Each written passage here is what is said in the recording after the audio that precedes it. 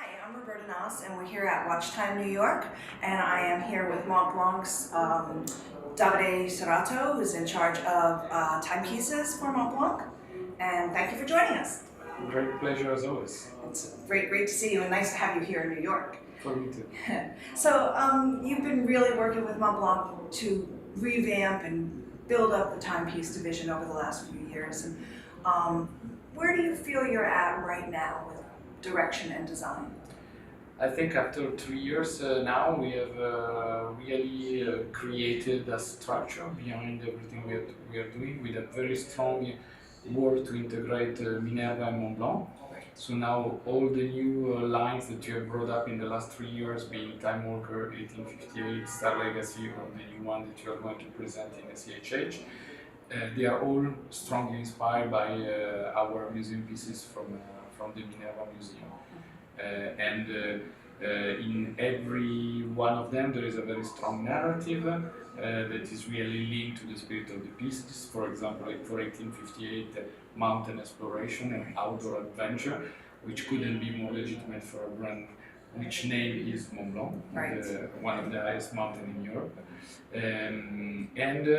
In each product line now we have a very clear structure with 3 levels of content in terms of watches, in terms of movements, technical content, up to 5,000 what we call the core with ETAs, Lita, Dubois-Debras modules that we find on the market, very reliable movement with very interesting price points that allow us to create a kind of entry into the world of Montblanc.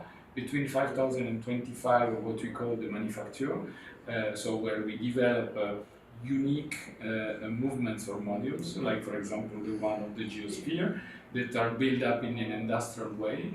And then over 25 we have the Minerva ones, with Minerva handmade and finished movement.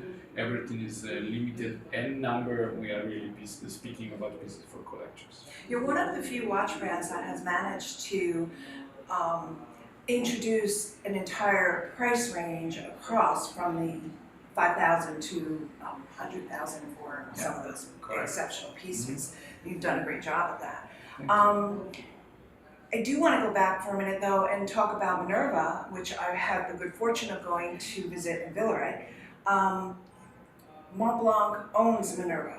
Exactly, correct. And Minerva dates back to 1858. We are actually celebrating this year the 160th anniversary of, which means in all the timepieces that we are doing, we can really leverage 160 years of experience, of knowledge, of virtuosity about watchmaking. And this is very true, for example, for 1858 with the incredible military pieces from the 30s and the 40s. We have, by the way, some of them here at Watchtime New York in our booth. Okay, wonderful. And so you brought me to talk about one of my favorite watches, the Geosphere. I love this timepiece. Can you tell me a little bit about what this is and how it works? Absolutely. This is a stunning timepiece which is showing really the potential for us to become the icon of the new Montblanc watchmaking in the sports side. It's a world timer, but with a very easy to read dial. And normally world timers are beautiful because you have maps, you have all the names of the cities, but it's very tough to read the time. Here you have it's a unique complication to Montblanc.